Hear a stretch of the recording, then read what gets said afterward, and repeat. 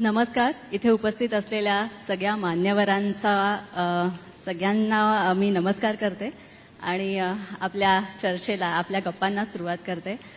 मंडळी, मातृत्व, कर्तृत्व आणि दातृत्व हे तिन्ही गुण जे आहेत ना, ते एका महिलेत असतातच आणि किंबहुना एका महिलेला ही दैवी देणगी या गुणांची लाभलेली आहे असं आपल्याला म्हणता येईल. आणि अशी दैवी देणगी लाभलेल्या महिला या आता प्रत्येक क्षेत्रामध्ये कार्यरत आहेत आणि असंच एक व्यक्तिमत्व आपल्यासमोर आहे, आपल्यासोबत आहेत डॉक्टर नीलमताई गोऱ्हे, महाराष्ट्र राज्य विधान परिषदेच्या उपसभापती. नुकताच त्यांनी 5 वर्षांचा कार्यकाळ एक पहिला महिला उपसभापती म्हणून पूर्ण केलेला आहे. सगळ्यात आधी नीलमताई, शुभेच्छा तुम्हाला. नीलमताई, या कार्यक्रमात आपण खरं तर महाराष्ट्राचं विजन जाणून घेणार आहोत. महाराष्ट्राच्या राजकारणातल्या एक मुरलेल्या राजकारणी म्हणून आता तुमच्याकडे पाहिलं जातं. राजकारणावरचा खूप चांगला अभ्यास आहे, समाजकारणावरचा तुमचा इतका चांगला अभ्यास आहे. तर तुमच्या दृष्टीने मला पहिला प्रश्न हाच विचारावा असं वाटतं की महाराष्ट्राचं विजन किंवा पुरोगामी महाराष्ट्र आपण जो म्हणवतोय, तर या महाराष्ट्राला तुम्ही पुढे कसं पाहताय? सगळ्यात प्रथम सकाळ समूहाने मला आजच्या कार्यक्रमासाठी संवाद साधायला निमंत्रित केलं, त्याबद्दल मी अतिशय आपले आभारी आहे. आणि स्नेहा, तुम्ही जो पहिला प्रश्न विचारला की माझं महाराष्ट्राच्या संदर्भात विजन काय आहे, तर no one should be left behind, म्हणजे कुणालाही मागे सोडायचं नाही विकासामध्ये, सगळ्यांना बरोबर घ्यायचं, हा एक फार महत्त्वाचा मुद्दा शाश्वत विकास उद्दिष्टांच्या विषयावरती जी परिषद झाली आणि दर वर्षांनी कॉप म्हणजे या परिषदा होतात, त्यामध्ये 2014 सालाच्या नंतर सर्व देशांनी, ज्याच्यात भारताचाही समावेश आहे, त्यामध्ये दारिद्र्यापासून निर्मूलन, शिक्षण, आरोग्य, त्याचबरोबर नागरीकरण, जमिनीखालचं जीवन, हवामान बदल, ग्लोबल वॉर्मिंग, अशी 17 उद्दिष्ट निश्चित केलेली आहेत. आणि आपल्याला असं वाटेल की उद्योजकता आणि याचा नक्की काय संबंध, परंतु आपण पाहतो की मोठी ज्याला वादळं होतात किंवा भूकंप होतात किंवा आग लागते, त्याला सगळं आपलं व्यवस्थापन अस्ताव्यस्त होऊन जातो. आज आपण चित्र बघतोय की मायक्रोसॉफ्टमध्ये एक त्यांच्यामधून काही त्रुटी झाल्यामुळे आज संपूर्ण जग विस्कळीत झालेले आहे. म्हणजे अणुरेणूपासून ते विश्व पातळीपर्यंत या सगळ्याचा संबंध एकमेकाशी आहे. आणि म्हणून शाश्वत विकास उद्दिष्टांकडे पोचण्याचा आराखडा हा देशामध्ये आणि राज्यात झालं पाहिजे, हे प्राथमिकता आहे असं माझं मत आहे. त्याच्यासाठी म्हणून निधी असला पाहिजे आणि काही विषय केंद्राचे असतात, काही विषय राज्याचे आहेत त्याच्यामध्ये. आणि राज्याचे जे विषय आहेत त्याच्यामध्ये आरोग्य, शिक्षण, स्त्री पुरुष समानता, त्यासाठी निधी आणि वेगवेगळे त्याच्यात ज्या अडचणी येतात त्या दूर करण्यासाठी योग्य असं नियोजन हे फार आवश्यक आहे.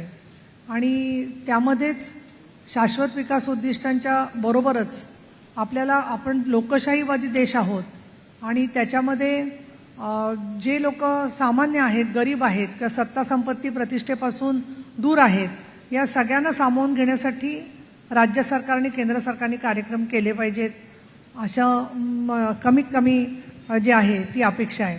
दुसरं मी असं म्हणेन की विजन कशासाठी असा आपण विचार करतो, तर मनुष्याला केंद्रस्थानी मानून आणि महिलांना त्यामध्ये केंद्रस्थान आर्थिक विषयात असावं, या दृष्टिकोनातून मी या विजनकडे पाहते.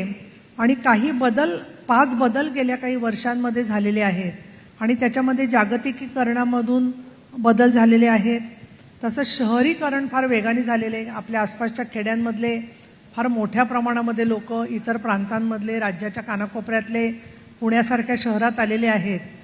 त्याचबरोबर स्वयंसहाय्य विद्यापीठं, म्हणजे जे विद्यार्थ्यांकडून बऱ्यापैकी फी घेऊन शैक्षणिक व्यवस्था करतात, अशी शेकडो इन्स्टिट्यूट्स पुण्यामध्ये उभी राहिल्यामुळे आलेले विद्यार्थी, त्यांच्यासाठी निवास व्यवस्था, याच्यामुळे सुद्धा पुण्याचं स्वरूप बदललेलं आहे. त्याचबरोबर सगळे आपले द्रुतगती मार्ग आणि दळणवळणाची साधनं बदललेली आहेत.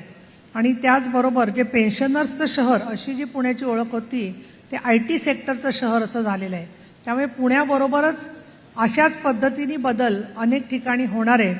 आणि तुम्हाला याच्यामध्ये आपल्याला जर का विचार केला तर विजन अंमलबजावणीचं चिन्ह कुठलं, तर वाहतूक सुलभ झाली पाहिजे, नागरीकरणाचा परिणाम होणारे हे गृहीत धरून शहरांचं नियोजन झालं पाहिजे, असुरक्षिततेचे जे प्रश्न आहेत, कोयता गँग, त्याच्यानंतर नार्कोटिक्स याच्यासारखे जे मुद्दे आहेत त्याच्यामध्ये समाजाचा सहभाग वाढवला पाहिजे. केवळ एक पोलीस कार्यक्षम असून पुरेसं नाही आहे, तर लोकांना पोलिसांकडे जायची भीती वाटता कामा नये, हे आवश्यक आहे. त्याचबरोबर सैराट स्वरूपाची जी मानसिकता आपल्याला दिसते की हम करे सो कायदा या पद्धतीने शस्त्रांचा गैरवापर या मुद्द्यांचा सुद्धा विषय करावा आवश्यक आहे. आणि म्हणून zero tolerance to all types of violence against women, कुठल्याही प्रकारच्या हिंसाचाराच्या बद्दल शून्य वरती तो आणण्यासाठी चांगल्या लोकशाहीमध्ये प्रयत्न झाले पाहिजेत असं माझं मत आहे. नीलमताई, तुमच्या उत्तरात आता एक उल्लेख आला की केंद्र सरकार आणि राज्य सरकार हे महिलांसाठी तितक्याच ताकदीने प्रयत्न करत आहे. तर एक महिला राजकारणी म्हणून केंद्र आणि राज्य सरकार या दोघांतर्फे ज्या महिलांसाठी किंवा त्यांच्या सक्षमीकरणासाठी ज्या योजना राबवल्या जात आहेत त्याकडे तुम्ही कसं पाहता, किंवा तुमच्या संकल्पनेत आणखी काही योजना आहेत का की तुमची अपेक्षा आहे की सरकारनं अमुक एक योजनेची अंमलबजावणी करावी? केंद्र सरकारने आपल्याला कल्पना आहे की गेल्या गणेशोत्सवाच्या सुमाराला नमो स्त्री शक्ती बंधन हे विधेयक आणलेलं आहे आणि 2029 पासून 33% आरक्षण समाजातल्या सर्व घटकांना मिळणार आहे. आरक्षणचा फायदा काय किंवा आरक्षण कशासाठी याच्याकडे मी शेवटच्या भागामध्ये जरूर येईल. परंतु महिलांचं आर्थिक सक्षमीकरण करण्यासाठी जसे कायदे आणि आर्थिक बजेट सगळं उपलब्ध करून दिलेलं आहे, त्याचबरोबर कृषी उत्पन्न प्रक्रिया करण्यासाठी मोठा निधी केंद्र सरकारने दिलेला आहे. त्याचबरोबर वेगवेगळे तीर्थक्षेत्र जोडली जाऊन त्याच्यामधून सुद्धा स्थानिक लोकांना रोजगार मिळावा आणि अर्थातच त्या स्थानिक रोजगारांमध्ये सुरक्षित पर्यटन हा सुद्धा त्याचा भाग असतो. तर या सगळ्या मुद्द्यांच्यावर काम करत असतानाच तंत्रज्ञानाचा उपयोग जो आर्थिक क्षेत्रामध्ये केंद्राने केलेला आहे, तर आपण बघतोय की आज सामान्य लोकसुद्धा त्याचा उपयोग करून अगदी घरात काम करणाऱ्या महिलेच्या सुद्धा घरात किंवा धोबी म्हणून कपडे साफ करून देणाऱ्या लोकांना सुद्धा त्यांना सहजगत्या पैसे ट्रान्सफर होऊ शकतात आणि मोबाईलमध्ये माझे चार्ज करून मी बोलू शकते कोणाशी. त्यामुळे विचार स्वातंत्र्य, आहार स्वातंत्र्य, आर्थिक स्वातंत्र्य या सगळ्याचा पाया जो आहे आर्थिक सक्षमता, त्या दृष्टीने केंद्र सरकारने जसे प्रयत्न केले तसं सामाजिक दृष्ट्या सुद्धा नुकतीच नवीन दंडसंहिता लागू झालेली आहे की ज्याच्यामध्ये जुने जे कालबाह्य कायदे होते ते आता नवीन कायदे त्यांनी लागू केलेले आहेत. आणि राज्याचा विचार केला तर अनेक वर्ष अनेक मंत्री महोदयांना आम्ही सुचवत होतो की सणवाराच्या वेळेला आता अशा पंचतारांकित हॉटेल्समध्ये आपल्या लक्षात येत नाही, परंतु सणवार आले की जेव्हा आपण चाळीमध्ये किंवा बस्त्यांमध्ये बघतो तर त्यांना आनंदाचा शिधा देणं की जेणेकरून रवा, गूळ, साखर, तेल यासारख्या गोष्टी गोरगरिबांच्या घरापर्यंत पोचल्या पाहिजेत की ज्यांच्याकडे तेवढी क्षमता नाही आहे, तर ते सरकारने मान्य केलेलं आहे. एसटीला अर्ध तिकीट महिलांना दिल्यामुळे जी संकटात होती एसटी ती फायद्यात आलेली आहे आणि स्त्रियांना मध्यस्थानी केंद्रस्थानी मानून अर्थसंकल्प करावा हे या सरकारने मान्य करत असताना लाडकी बहीणसारखी योजना, लेक लाडकीसारखी योजना, लाडका भाऊसारखी योजना याच्यावर काही लोक टीका करतात, पण मुद्दा असा आहे की याच्याकडे आपण रेवडी कल्चर म्हणून न पाहता हे त्यांच्या निर्वाहासाठी, त्यांच्या सबसिस्टन्ससाठी, त्यांच्या दैनंदिन त्यांना जी संकट असतं त्याच्यासाठी देण्यासाठी दिलेली ही शिदोरी आहे, हे लक्षात घेतलं पाहिजे. आणि म्हणून त्याच्यामधून मग हे 1,500 रुपयांनी काय होईल, 3,000 रुपयांनी काय होईल हा प्रश्न जो विचारला जातो. परंतु कोविड काळामध्ये जे धान्य अनेक कुटुंबांना मिळत होतं आणि आत्ताही रेशन मिळतं, तर 100 ते 150 रुपयामध्ये ते रेशन मिळतं, पण तेल आहे, औषध पाणी आहे, मुलांच्या फी आहेत थोड्याफार, तरी शिक्षणसुद्धा मोफत केलेलं आहे. तर याच्यासाठी म्हणून या लोकांना सावकारावरती किंवा अजून कोणाकडे तरी हात उसने घेण्यासाठी जी लाचारी पत्करावी लागते त्याच्याऐवजी आत्मविश्वासाचा पैसा म्हणून सरकार हे निधी त्यांना देत आहे आणि ते कायम शब्दाप्रमाणे चालेल आणि त्याच्यामधून स्त्रियांना एक तात्पुरती का होईना मदत जरूर होईल आणि त्यातून त्यांना पुढची पायरी, हे पहा जो विहिरीच्या एकदम खाली असतो पाणी वाढत झालं की जो सगळ्यात खालच्या पायरीवर असतो त्याच्या गळ्यापर्यंत पाणी येतं. आपण त्याची एक पायरी वाढवतोय जेणेकरून त्याला मोकळेपणाने जीवन जगता येईल. नीलमताई, मुख्यमंत्री लाडकी बहीण योजना ही योजना सरकारने आता आणलेली आहे आणि कुठेतरी महिलांनाही त्यांच्या आर्थिक सक्षमीकरणासाठी हातभार लागावा म्हणून अशा योजना या सरकारतर्फे राबवण्यात येत आहेत. पण एक मनुष्य स्वभाव असतो ताई की जेव्हा आपल्याला कुठेतरी एक आर्थिक आधार मिळतो तेव्हा कुठेतरी मनुष्याचा स्वभाव सुद्धा थोडासा ढिलेपणाकडे जातो. तर मग अशाने महिलांना किंवा कामावर जाण्याची किंवा मेहनत करण्याची महिलांची जी टेंडन्सी आहे ती कमी होईल कुठेतरी असं वाटतं का? किंवा महिला थोड्याशा ढिल्या पडतील असं वाटतं का? एक मला असं वाटतं की सर्व महिला एकूण श्रमांचे तास जर का काढले जगातले, भारतातले, तर 2/3 श्रमतासांमध्ये ते 2/3 श्रमतास महिलांचे आहेत. त्यामुळे ही काळजी वाटण्याचं कारण नाहीये की त्यांचे श्रमाचे तास कमी झाले आणि ठिकठिकाणी महिला घरात झोपून राहिल्या तर आमचं कसं होणार म्हणून. मग कोविड काळामध्ये पाहिलं की घर कामगार येत नव्हत्या तर घरातल्या सर्वांना धुणभांडी करायची वेळ आलेली होती. त्याच्यामुळे दुसरं आपल्याकडे जे असंघटित क्षेत्रातले लोक आहेत त्यांना आपण अनेक कारणांमुळे रजासुद्धा देऊ शकत नाही आणि मग अशा वेळेला त्यांना अडीअडचणी ज्या असतात छोट्या मोठ्या, कोणी गावाकडे आजारी असतं, कोणाला घरामध्ये काहीतरी नवीन बल्ब आणायचे असतात, तर अशा छोट्या मोठ्या गोष्टींसाठी त्यांचे ते पैसे वापरतील. मला असं वाटतं की थोडंसं त्यांना वाटलं की आपण कधीतरी अगदी छोटंसं काहीतरी बाहेर खावं तर ते सुद्धा त्यांना आनंद घेण्याचा अधिकार आहे. म्हणूनच जत्रेमध्ये छोटी छोटी मुलं खांद्यावर बसवून लोक जातात आणि तिथे कुठेतरी कॉर्नरला उभं राहून चिक्की किंवा पाणीपुरी खात असतात. तर त्यांचा तो आनंद छोटासा जो आहे त्याच्याचबरोबर ज्यांना मोठे प्रश्न असतात घरामध्ये की व्यसनाधीनता आहे, इथे ज्या महिला एकट्या आहेत त्या महिलांना प्राधान्य आहे. आणि बऱ्याच वेळेला आमच्याकडे ज्या केसेस येतात किंवा कुटुंबात तंटा होतो त्यावेळेला तिला म्हटलं जातं की तुझ्या काय माहेरचे तुला पोसायला येणार नाही आहेत, अशा वेळेला तुला कोण आहे, कोण येणार आहे, मी कोण आहे, मी तुझा मालक आहे. तर या ठिकाणी मुख्यमंत्र्यांनी स्वतः सांगितलेलं की मी तुमचा भाऊ आहे आणि म्हणून मला असं वाटतं की आपला सख्खा भाऊ असेल तरी आनंद होतो आपल्याला. तर मग अशा वेळेला असा मानलेला भाऊ असला तर त्याच्यात काही वाईट किंवा चुकीचं आहे अशातलं मला काही वाटत नाहीये. आणि त्याचं एक ज्याला आपण म्हणून दाखला किंवा त्याचं एक चांगल्या प्रकारचं जेस्चर म्हणून हा निधी त्यांना देतोय आपण, तो त्यांच्यावर आपण उपकार करत नाहीये, त्यांच्यावरती कुठे केविलवाणे म्हणून देत नाहीये. तर लोकशाहीमध्ये ज्यांना निधी आणखीन अधिकार देण्यामध्ये आपण पाठी पडलो म्हणून ही समान संधीसाठी विशेष संधी आहे असं मला वाटतं. ताई, एक महत्वाचा प्रश्न असा की महिलांना आता राजकीय क्षेत्रात सुद्धा राजकारणात सुद्धा आरक्षण मिळालेलं आहे, तर यामुळे काय फरक पडेल? महाराष्ट्राची राजकीय परिस्थिती यामुळे पुढे जाऊन जास्तीत जास्त महिला आपल्याला दिसतील असं काही चित्र डोळ्यासमोर येतं का? असं आहे की प्रत्येक क्षेत्रामध्ये पुरुष आणि महिला हे त्यांच्या त्यांच्या क्षमतेप्रमाणे जसं काम करतात तसं त्यांना जशी संधी मिळेल तसं काम करतात. बऱ्याचशा मोठ्या प्रमाणामध्ये केंद्र सरकारने वारंवार सांगितलेलं आहे की सगळ्या कंपन्यांमध्ये निदान 50% महिला डायरेक्टर्स असल्या पाहिजेत. त्याची परिपूर्ती आता होत होत आपण 20% पोचलेलो आहोत.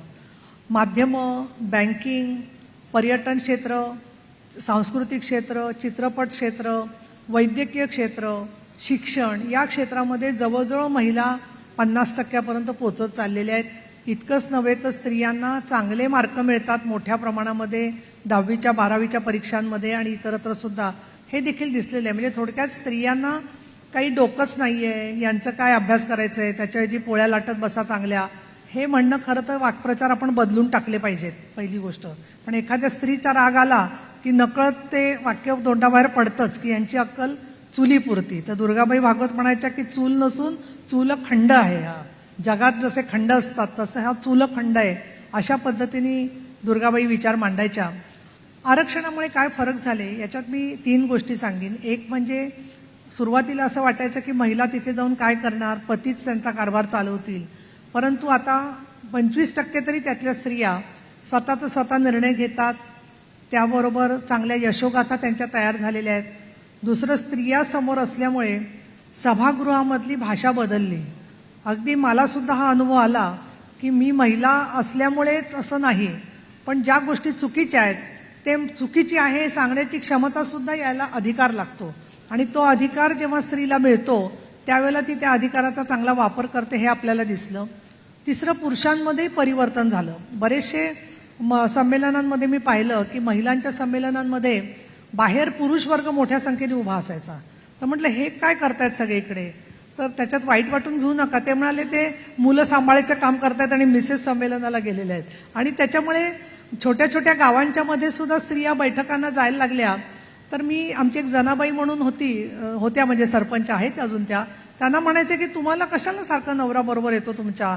त्या म्हणाले ताई काही कारण नाहीये, मला अजून सायकल चालवायची लाज वाटते, गावामध्ये आता कोण सायकल चालवत नाही, तो मला सायकलवरून नेऊन सोडतो आणि बाहेर थांबतो, आतमधलं तर मीच ठरवते ना, तो कुठे ठरवतो. त्याच्यामुळे स्त्रिया हे सगळं बोलायला लागलेल्या आहेत या ज्या गोष्टी आहेत त्या. पण मध्यंतरी एका संशोधन संस्थेने काही वर्षांपूर्वी ज्या अधिकारी प्रशिक्षण देतात त्यांचा सर्वेक्षण केलं आणि त्यांना विचारलं की आरक्षणानंतर महिलांमध्ये काय फरक पडलाय.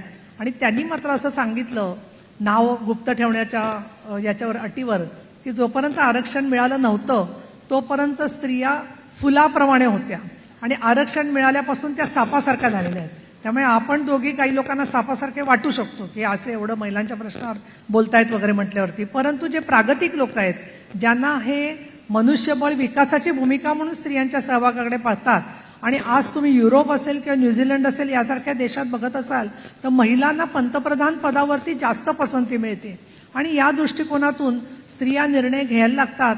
तर त्याच्यामध्ये काही टक्के स्त्रियांच्या समोर काही हिंसक मॉडेल असतील, मी असं म्हणणार नाही की सर्वजण लोकशाहीवादी असतील, परंतु त्यामधून समाजाला एक संदेश जातो. आणि महिला आरक्षणामधून जे विधेयकामध्ये माननीय नरेंद्र मोदी साहेबांनी व्यक्त केलेले आहे की सबका साथ सबका विकास, त्याचबरोबर महिलांच्या दृष्टिकोनातून धोरणं ठरावीत आणि महिला आरक्षणातून जे स्त्रियांनी प्रश्न मांडले त्याच्या अंमलबजावणी व्हावी, हा आरक्षणाचा हेतू आहे. केवळ संख्या वाढली महिलांची म्हणजे प्रश्न सुटणार नाहीत, तर महिलांच्या प्रश्नाचा अजेंडाची अंमलबजावणी झाली तर प्रश्न सुटावेत, हा महिला आरक्षणाच्या मागचा हेतू आहे. नीलमताई, आता संपत्तीत सुद्धा स्त्रीला तितकाच 50% वाटा आहे आणि आता त्यामुळे कुठेतरी आपल्या अधिकारांची जाणीव झाल्यामुळे स्त्रिया सुद्धा कुठेतरी पेटून उठतायत असं एक सुद्धा चित्र रंगवलं जातं किंवा अशी निरीक्षणं सुद्धा नोंदवली जात आहेत. त्याविषयी काय सांगाल?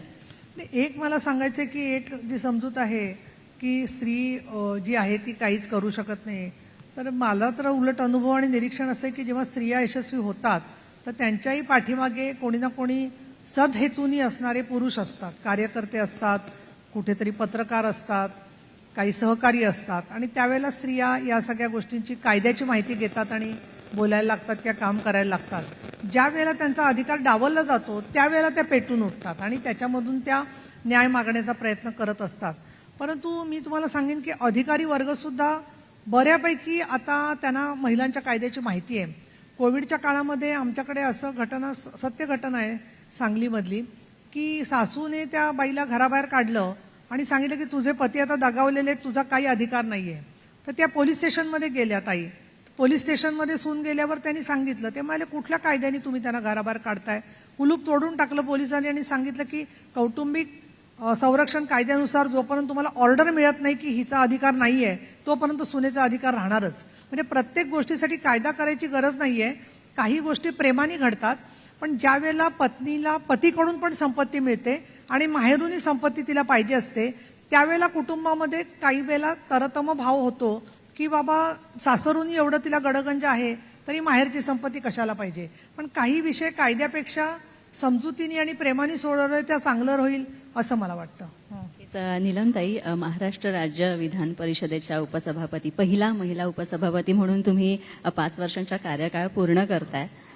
तर त्या दृष्टीने मला विचारायचं की कसं वाटतंय या सगळ्या प्रवासाकडे एक मागे जाऊन पाहताना आणि पुढचा तुमचा प्रवास कसा व्हावा अशी अपेक्षा आहे?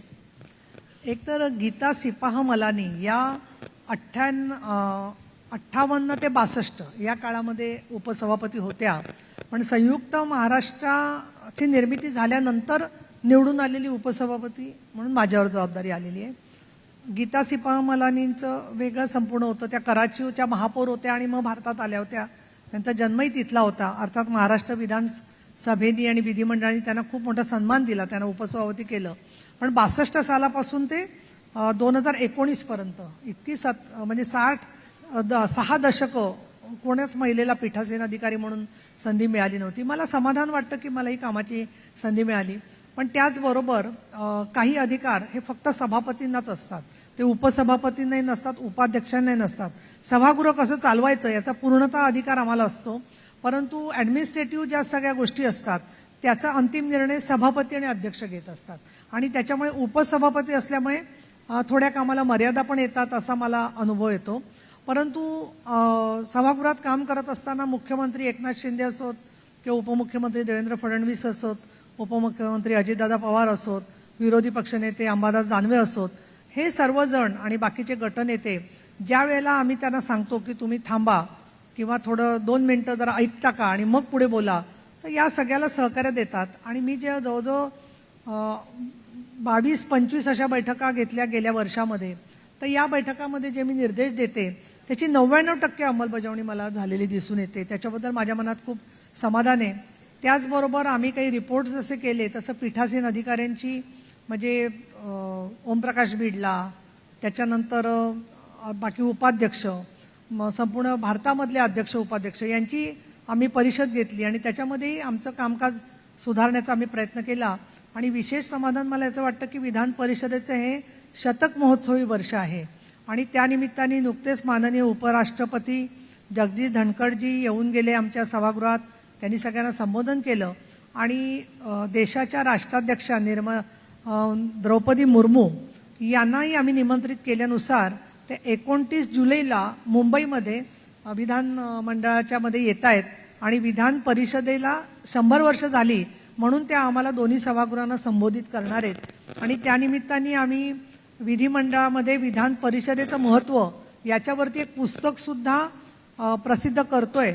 आणि मला खूप अभिमान वाटतो की नागा गोरे असतील, डॉक्टर बाबासाहेब आंबेडकर असतील, असे अनेक थोर नेते ज्यांनी विधान परिषदेचे सदस्य म्हणून काम केलेलं आहे त्यांची भाषणं, मग त्यात वि. स. पागे असतील, अशा अनेकांची भाषणं एकत्र आहेत आणि विधान परिषदेचं काय महत्त्व आहे याचंही पुस्तक आम्ही करतोय आणि ते लवकरच इंग्रजीतही करायचा विचार आहे, जेणेकरून विधान परिषदेचं कामकाज ऐतिहासिक स्वरूपात आम्हाला सगळ्यांच्या समोर मांडता येईल. शेवटी मी तुम्हाला एक सांगेन बोलत असताना, म्हणजे या प्रश्नाचा शेवटचा भाग म्हणून, की मला लोक जेव्हा भेटतात त्यावेळेला त्यांना खूप आवडतं विधान परिषदेचं कामकाज. तर मी त्यांना म्हणते तुम्हाला आवडण्यासारखं काय? तर काही महिला म्हणतात आम्हाला तुमच्या साड्या बघायला आवडतात म्हणून आम्ही बघतो. काही जेंट्स असं सांगतात की तुम्ही कसं कंट्रोल करता ते आम्ही बघतो. काही महिला आहेत त्याच्यामध्ये आमच्या घरातल्या बाई आहेत काम करणाऱ्या, त्या आता 8-15 दिवस नव्हते मी, तर त्यांनी सांगितलं ताई मला एक शब्द कळला नाही. म्हटलं काय? अध्यक्ष म्हणजे काय हो? तर तुम्ही म्हणजे प्रत्येक वेळेला अध्यक्ष म्हणून असं लोक बोलतात किंवा सभापती म्हणून बोलतात, तर ह्या सुद्धा शब्द लोकांपर्यंत हळूहळू पोचत चाललाय. आणि त्याच्यामुळे मला असं वाटतं की प्रत्येकाला राजकीय साक्षरता येण्यासाठी विधिमंडळाचं कामकाज अधिक चांगलं होणं हे फार गरजेचं आहे. ताई, तुम्ही पहिल्या महिला उपसभापती आहात आणि हा कार्यकाळ पूर्ण करताना किंवा आता आणखी पुढे जाताना, पुढे काम करताना बरेचसे किस्से, बरेचसे प्रसंग घडले असतील, त्यातले काही गमतीशीर पण असतील, तर त्या काही आठवणी असतील गमतीशीर तर आमच्याशी ते शेअर करा. आम्हाला नक्कीच आवडेल हे सगळं ऐकायला. एक मला परत स्पष्ट करायला पाहिजे की 5 वर्षाचा कार्यकाळ केला म्हणजे आम्हाला तसा कार्यकाळाचं 5 वर्षाच्या ऐवजी 6 वर्ष आम्हाला विधान परिषदेला आमदार म्हणून असतात. आणि विधान परिषदेचे जे सभापती किंवा उपसभापती असतात त्यांची टर्म 5 वर्ष जशी विधानसभा झाली की पूर्ण होते आणि नवीन अध्यक्ष येतात, तसं विधान परिषदेत नाहीये. त्यामुळे 5 वर्ष पूर्ण झाली आता बाय बाय होणार असं मला वाटत नाहीये. माझी टर्म जोपर्यंत आहे 2026 पर्यंत, तोपर्यंत माझा कार्यकाल चालू राहू शकतो. जोपर्यंत अर्थातच पक्षाचा माझ्यावर विश्वास आहे, विधिमंडळाचा माझ्यावर विश्वास आहे, तोपर्यंत माझं काम चालू राहू शकतं. मजेशीर किस्से बरेचसे आहेत, पण एक मला असं आठवतं की अचानक आम्ही तालिका सभापतींना बसवलेलं असताना अचानक मी सभागृहात ज्यावेळेला जाते त्यावेळेला बोलणारा वक्ता जो असतो तो आधी तालिका सभापती त्यांना बोलायला देत असतात बेल वगैरे न वाजवता. त्यामुळे खूप रंगात येऊन बोलत असतात आणि सांगत असतात की माझ्या तालुक्यात असं झालं, माझ्या जिल्ह्यात असं झालं. आणि अचानक भाषण करता करता एकदम बघतात आणि म्हणतात अरे बापरे असं म्हणून पटकन भाषण गुंडाळून टाकतात. तेव्हा मला खूप म्हणजे आश्चर्य वाटतं की असं वाटतं की एवढे घाबरू नका मला, पण त्यांना स्वतःलाच लक्षात येतं की आपण आता थोडंसं आवर्त घेतलं पाहिजे म्हणून. आणि दुसरा किस्सा म्हणणार नाही मी, परंतु जेव्हा एखादा सभासद ऐकतच नाही तर एक सभासद मला आठवतं, आता ते खूप शिस्तीत वागतात, परंतु त्यांनी असं केलं होतं की मी सांगितलं आता वेळ संपलाय तुमचा, तेव्हा ते तिकडून म्हणाले, बरंच काही वाक्य बोलले की तुम्ही कोण माझा वेळ बंद करणाऱ्या, मी फार मोठं सभा गाजवू शकतो. तेव्हा मी त्यांना सांगितलं तुम्ही तुमची मर्यादा सोडून बोलताय तर तुम्ही आता थांबा. तर त्यांना परत काही असं खूप हुरूप आला होता बोलण्यासाठी. तर मी म्हटलं तर करायचं काय या माणसाला. मग शेवटी मी विचार केला आणि म्हटलं यांना आता सगळं त्यांचं झालं बसल्यावर खाली, म्हटलं आता मी तुम्हाला शिक्षा देते की तुम्ही उद्याचा दिवस सभागृहात बोलायचं नाही. म्हणजे मी त्यांचं निलंबन केलं नाही, फक्त त्यांना एवढी शिक्षा दिली की सभागृहात तुम्ही बोलायचं नाही. मग त्यांना खूपच ते लागलं मनाला. मग ते लगेच दुसऱ्या दिवशी त्यांचे गटनेते घेऊन आले, त्यांनी दिलगिरी व्यक्त केली. पण म्हटलं नाही, तुमच्या लक्षात राहिलं पाहिजे की असं प्रिसाइडिंग ऑफिसरला, पीठासीन अधिकाऱ्यांना असं उलटसुलट बोलायचं नाही. माझ्या आठवणीप्रमाणे तरी विधान परिषदेमध्ये कुणाला न बोलायची शिक्षा दिलेली मीच पीठासीन अधिकारी असेल. आणि त्यामुळे एक झालं की निलंबन न करता सुद्धा सगळ्यांच्या लक्षात आलं की आपल्याला शिस्तीने बोललं पाहिजे आणि शिस्तीने वागलं पाहिजे. ताई, आणखी एक महत्वाचा मुद्दा म्हणजे स्त्रीचं केलं जाणारं चित्रण, मग भले ते राजकारणात असो, समाजकारणात असो किंवा मग इतर माध्यमांमधलं असो, तर त्याबद्दल काय सांगाल? कसं चित्रण केलं जात आहे, कसं स्त्रीची फ्रेम ही लावली जाते, कसं तिचं चित्रीकरण केलं जात आहे? एक असं आहे की पूर्वी जे चित्रण केलं जात होतं त्याच्यापेक्षा चित्रपटांमध्ये किंवा विशेषतः OTT प्लॅटफॉर्मवरती काही नवीन सिनेमे, काही नवीन चित्रपट, काही मालिका, पंचायत राजसारखी मालिका असेल किंवा लापता लेडीजसारखा सिनेमा असेल, असे आलेले आहेत की ज्याच्यामध्ये अगदी वेगळ्या प्रश्नांवरती प्रहार केलेला आहे आणि तो विनोदी पद्धतीने केलेला आहे. परंतु मालिकांमधलं चित्रण आजही कौटुंबिक हिंसाचार विरोधी कायदा आहे याची त्यांना माहितीच नाही, असं अज्ञानातून केलं जाताना दिसतं. बऱ्याचशा वेळेला घरात कामाला आलेली मुलगी जी असते 12-13 वर्षाची, परकर पुलका घालून आलेली, ती घरातली सून झाली आणि ती हळूहळू घरामध्ये मुख्य सासूच्या रोलमध्ये गेलेली आहे. म्हणजे तिथे बालविवाह नावाचा कायदा आहे याची त्यांना जाणीव नसते.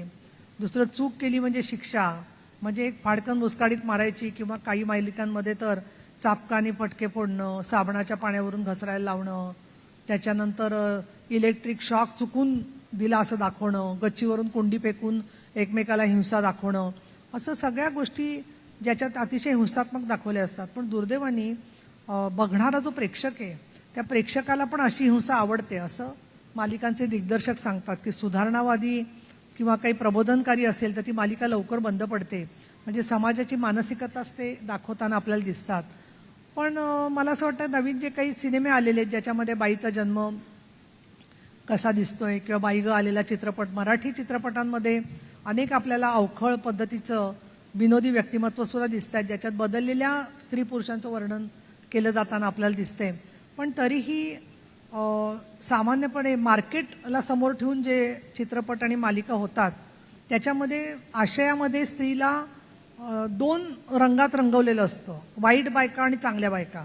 वाईट बायका म्हणजे सहन करणाऱ्या, काही न बोलणाऱ्या आणि केवळ प्रत्येक गोष्ट स्वीकारणाऱ्या निमूटपणे, आणि वाईट महिला म्हणजे कटकारस्थान करणाऱ्या, चोरून ऐकणाऱ्या, दुसऱ्याच्या जेवणामध्ये काहीतरी विषारी पदार्थ मिळणाऱ्या अशा बायका. तर या 2 बायकांच्या खेरीज नॉर्मल बायका पण असतात ना की ज्या अति चांगल्या पण नाहीत आणि अति वाईट पण नाहीयेत. त्यामुळे हे त्यांनी त्यांच्या डोळ्यावरचा चष्मा कुठेतरी बदलला पाहिजे असं आम्हाला सातत्याने वाटतं. आणि एक छोटा अनुभव सांगते. मी सेन्सॉर बोर्डावरती काम केलं, पूर्वी पण मी सांगितलेलं आहे. आणि सेन्सॉर बोर्डावरती प्रत्येक वेळेला मी सिनेमा बघायचे तर हुंडा विरोधी सिनेमा किंवा कुठेतरी बालविवाहाच्या विरोधी सिनेमा. मग मी सेन्सॉर बोर्डाला विचारलं, हो एवढे लोक येत आहेत आणि की ते फिल्म्स येत आहेत की ज्याच्यामध्ये अश्लीलता आहे, हे आहे, तर तुम्ही माझ्याकडे असे सगळे चित्रपट असतात तर त्याच्यात सेन्सॉर करायचं काहीच नसतं कारण ते चांगलेच असतात. तर ते म्हणाले, मॅडम आम्ही तुम्हाला म्हणून तर तुमच्याकडे चांगलेच चित्रपट पाठवतो आणि सगळे वाईट चित्रपट आम्ही दुसऱ्या सदस्यांकडे पाठवतो म्हणजे त्यांना पटकन सेन्सॉर करतात आणि तुमच्याकडे गेलं की ह्यांना सेन्सॉर करतात. तेव्हा माझ्या लक्षात आलं की त्यांनी सेन्सॉर बोर्डावरती सुद्धा त्यांच्या लक्षात आलेलं आहे की काय आपण करायचं. आणि सेन्सॉर करणं एखादी फिल्म हे अतिशय अवघड गोष्ट आहे. कारण एका चित्रपटाच्या शॉटमध्ये असं होतं की डोक्यावरती तो दगड मारतो आणि मेंदू बाहेर पडतो. मी म्हटलं असा मेंदू बाहेर पडलेला दिसायची काय आवश्यकता आहे, तुम्ही तर स्क्रीन नाही करा, एडिट करूया. म्हणून आम्ही तेव्हा बसलो, त्याला 2-2.5 तास ते बघत बसल्यावरती तर शेवटी असं झालं की डोक्यापर्यंत मेंदूच्या तो आणतोय दगड आणि नंतर तो पडलेला आहे. आता याच्यातून काय कला साध्य होणार? त्याच्यामुळे त्यांची पण अडचण असते. पण मुळामध्ये प्रश्न असा आहे की या सगळ्या सेन्सॉर बोर्डाच्या लोकांनी दिशा नावाचा सई परांजपेंचा चित्रपट होता, त्याच्यामध्ये एक कामगार पत्नीपासून लांब राहतोय आणि ते एकदा भेटतात आणि अचानक ते जवळीक करतात. सगळ्यांनी एकमताने सांगितलं की तो सीन काढून टाका. अरे म्हणजे असं नाहीये की तुम्ही कुठल्याच पद्धतीचे मानवी जीवन दाखवता कामा नये, पण त्यात अश्लीलतेचं प्रदर्शन, बिभत्सपणा, हिणकसपणा हे शब्दात पकडणं अतिशय अवघड असतं आणि त्याचा गैरफायदा बऱ्याचशा वेळेला लोक घेतात असं मला दिसतं. नीलमताई, राजकारणात सुद्धा आणि समाजसेवेत सुद्धा मोठी जबाबदारी तुम्ही खरं तर पार पाडताय. मात्र हे सगळं करताना किंवा सभागृहातलं कामकाज संपल्यानंतर पुन्हा घरी येताना प्रचंड तणाव नक्कीच तुम्ही अनुभवत असालच. पण या सगळ्यातनं जर तुम्हाला बाहेर पडायचं असेल किंवा स्वतःच्या तणावमुक्तीसाठी तुम्ही काय करतात? कारण आम्हाला असं कळलं की तुम्हाला अध्यात्माची खूप आवड आहे, त्याच्यामुळे नक्कीच अध्यात्माचं सुद्धा अनुसरण तुम्ही करत असाल या सगळ्यासाठी. अध्यात्म म्हणजे वाचन करते काही धार्मिक पुस्तकांचं किंवा काही इतर प्रार्थना करते. परंतु तणाव सकाळी जास्तीत जास्त असतो. आदल्या दिवशी रात्री तो तयार होतो आणि बिझनेस ज्यावेळेला मी बघते विधिमंडळात आलेला, तो बघितल्यावरती मला विधान परिषद समोर दिसायला लागते की आता किती वाजता काय वादविवाद होणार आहे म्हणून त्याच्यामध्ये. अशा वेळेला आपण विचार करून त्यातून मार्ग निघणार नसेल तर मग त्या परिस्थितीतून आपण आयत्याला मार्ग काढण्यासाठी आपल्याला मानसिक शक्ती पाहिजे असते. तर ताणतणाव दूर करण्यासाठी तुमच्यासारखे जे अनेक लोक माध्यमात एवढं ब्रेकिंग न्यूज करून सुद्धा स्वतः ब्रेक होत नाहीत, तर अशा लोकांच्याकडून सुद्धा आम्ही शिकतो की काही गोष्टी तेवढ्यापुरत्या स्वीकारायच्या. आपले मित्रमैत्रिणी आहेत त्यांच्याशी बोलायचं, काही वेळेला त्यांचा सल्ला घ्यायचा या सगळ्या बाबतीमध्ये. आणि प्रार्थनेच्या बरोबरच थोडाफार का होईना चालणं म्हणा किंवा काही एक्सरसाइज, संगीत, काही चांगल्या गोष्टी पाहणं. आणि काही वेळेला एखादं बातम्या सुद्धा बघितल्यावरती काही चांगलं घडलं असेल तर ते चांगलं वाटतं. आणि विशेषतः ज्या वेळेला एखादी पॉझिटिव्ह न्यूज किंवा सकारात्मक बातमी वृत्तपत्रांमध्ये किंवा वाहिन्यात आलेली दिसते, त्यावेळेला मनातला तणाव खूप दूर होतो आणि त्याचा खूप आनंद होतो. आणि त्याच्यामध्ये या विकासात्मक पत्रकारितेमध्ये जसं अनेक वृत्तपत्र काम करतात तसं दैनिक सकाळ आणि साम यांचा पण चांगल्या प्रकारचा सहभाग राहिलेला आहे. त्यामुळे एखाद्या सकारात्मक बातमी वाचल्यावरती किंवा एखादा लेख त्याच्यातला वाचल्यावरती मनाला खूप समाधान वाटतं. आणि आपले कुटुंबीय जे आहेत ते कुटुंबियांना बरोबर कळतं की आपण त्याच्यामध्ये बाजी मारली आहे का आपण त्याच्यात कुठेतरी कमी पडलो. त्यावेळेला त्यांचं ते मत ऐकल्यावरती आपल्याला स्वतः सुधारणा काय करायची हे सुद्धा कळत असतं. आणि आपले नेते पक्षाचे ज्या वेळेला चांगलं काम केलं, तुम्ही म्हणतात विधान परिषद आज गाजवली तुम्ही, त्याच्यामुळेही तणाव कमी होतो की आपण जे काही केलं ते बरोबर केलं म्हणून. फील गुड वाला फिलिंग येतं. तर अच्छा ताई, आता आपण आपल्या खरं तर गप्पांच्या अंतिम टप्प्यात आलेलो आहोत. तर जाता जाता मला हे जाणून घ्यायला आवडेल किंबहुना तुम्ही आजच्या तरुण स्त्रीला, महिलांना काय संदेश द्याल? मुळात संदेश वगैरे म्हटलं की माणसं डिलीट करून टाकतात, त्यामुळे संदेश नाही म्हणत. पण यशस्वी होण्यासाठी काय करायला पाहिजे असा प्रश्न असेल तर मला असं वाटतं की एक तर पहिलं म्हणजे आपण कसं बोलतोय याची निगोसिएशनची स्किल्स आपल्याकडे असली पाहिजे. कुठलाही मुद्दा मांडत असताना समोरच्या माणसाला अगदी मानसिकदृष्ट्या जखमी करून त्याच्यावरती प्रचंड वाक्तांडन करून बोलल्यामुळेच प्रश्न सुटतो असा नाहीये. कमी शब्दामध्ये आपल्याला काय साध्य करायचं हे विशेषतः ऑफिशियल मिटिंग्समध्ये लांगुलचालन आपल्या हातून न होऊ देता सुद्धा आपल्या मुद्द्यावर आपल्याला ठाम राहता आलं पाहिजे. हा एक भाग मला खूप आवश्यक वाटतो आणि ही संवाद कौशल्य खूप आवश्यक आहे. दुसरं, आपल्याकडे प्रचंड वेळ आहे तरुण मुलींना आणि तरुण पुरुषांना, ते म्हणजे त्यांनी गोरं दिसलं पाहिजे. त्याच्यासाठी फेअर अँड लवलीला जरी बंदी आणली तरी लोक खूप वेगवेगळ्या पद्धतीची स्किनचे कार्यक्रम घेतात, व्हाईटनिंग क्रीम्स लावत असतात आणि त्याच्यासाठी म्हणून ते मार्केट पण आहे त्याला. परंतु संपूर्ण जगामध्ये असा अमुक एक रंग सुंदर असं मानलं जात नाही. मग कृष्णवर्णीय असतील, पीतवर्णीय असतील, त्या प्रत्येकामध्ये सौंदर्य आहे. आणि डॉक्टर राम मनोहर लोहिया म्हणायचे की बघणाऱ्याच्या डोळ्यात सौंदर्य असतं आणि त्यामुळे सुंदरता असावी, निरोगीपण असावं, पण त्याच्यासाठी इतका हव्यास नको की त्याच्यामुळे बरेच लोक चटके घेतात, काय म्हणतात स्टोन मसाज, ते दगड बघून हसावं का रडावं कळत नाही, पण ते स्टोन स्वतःहून अंगावर घासून घेतात सगळे. या सगळ्या ज्या गोष्टी करतात तर मला असं वाटतं की कुठेतरी त्यातलं आयुर्वेदाचा उलट उपयोग करून घेतला चांगल्या शास्त्रीय पद्धतीने तर त्याचं चांगलं राहील त्यामध्ये जे आहे ते. आणि लास्ट म्हणजे नकारात्मक प्रवृत्ती सोडून दिली पाहिजे. खूप लोक बुलिंग करतात एकमेकाला दिसण्यावरून, त्याच्यावरून टीकास्त्र सोडतात आणि त्यामुळे त्या माणसाला खूप नैराश्य येतं आणि म्हणून ही एक प्रवृत्ती आहे. पण ही नकारात्मकता आपल्याकडे सुद्धा दिसते. म्हणजे आपण बोलतो, मला टीका नाही करायची, पण मराठी माणूस बोलताना काही वेळेला असं त्या माणसाच्या मनाचा विचार न करता विनोद म्हणून बोलतो, पण तो विनोद खरा बोचरा विनोद असतो. त्यामुळे ते करायची गरज नाही आहे. तर पुण्यात मी आले नवीन तर मला 2-3 वर्षात लक्षात आलं असं.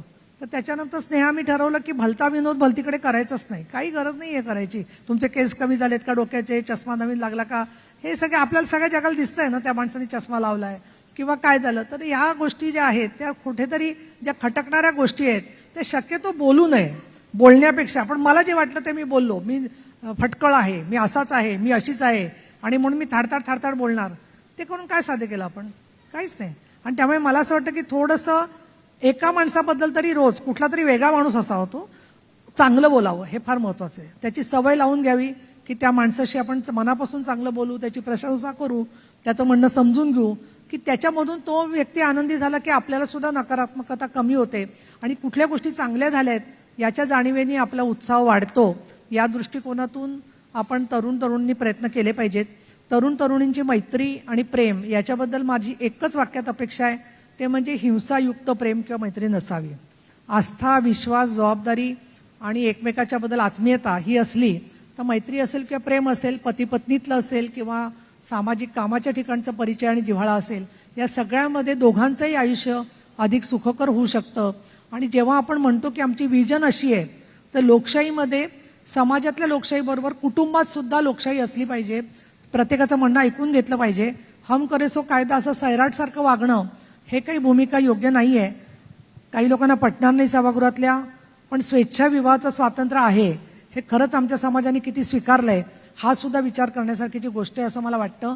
माझ्या नव्या विजनच्या व्याख्येमध्ये स्वेच्छाविवाह आणि ज्येष्ठांची जबाबदारी या दोन्ही गोष्टींसह आपलं कुटुंब अधिक सक्षम होतं असं मला वाटतं. नक्कीच ताई, धन्यवाद तुम्ही इथे आलात. आणि खरं तर या चर्चेच्या दृष्टीने किंवा या चर्चेच्या निमित्ताने, या गप्पांच्या निमित्ताने तुमच्या व्यक्तिमत्वाचे वेगळे पैलू आणि तुमचं महाराष्ट्राबद्दलचं विजन आम्हाला पाहायला मिळालं, ऐकायला मिळालं. त्यासाठी खूप खूप आभार तुमचे.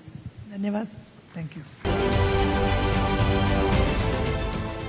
देश विदेशातील प्रत्येक घडामोडींचे लाईव्ह अपडेट मिळवण्यासाठी आता साम टीव्हीच्या सर्व सोशल मीडिया प्लॅटफॉर्मला लाईक, फॉलो आणि सबस्क्राईब करा. तसंच सर्व नोटिफिकेशनसाठी बेल आयकॉन प्रेस करायला विसरू नका.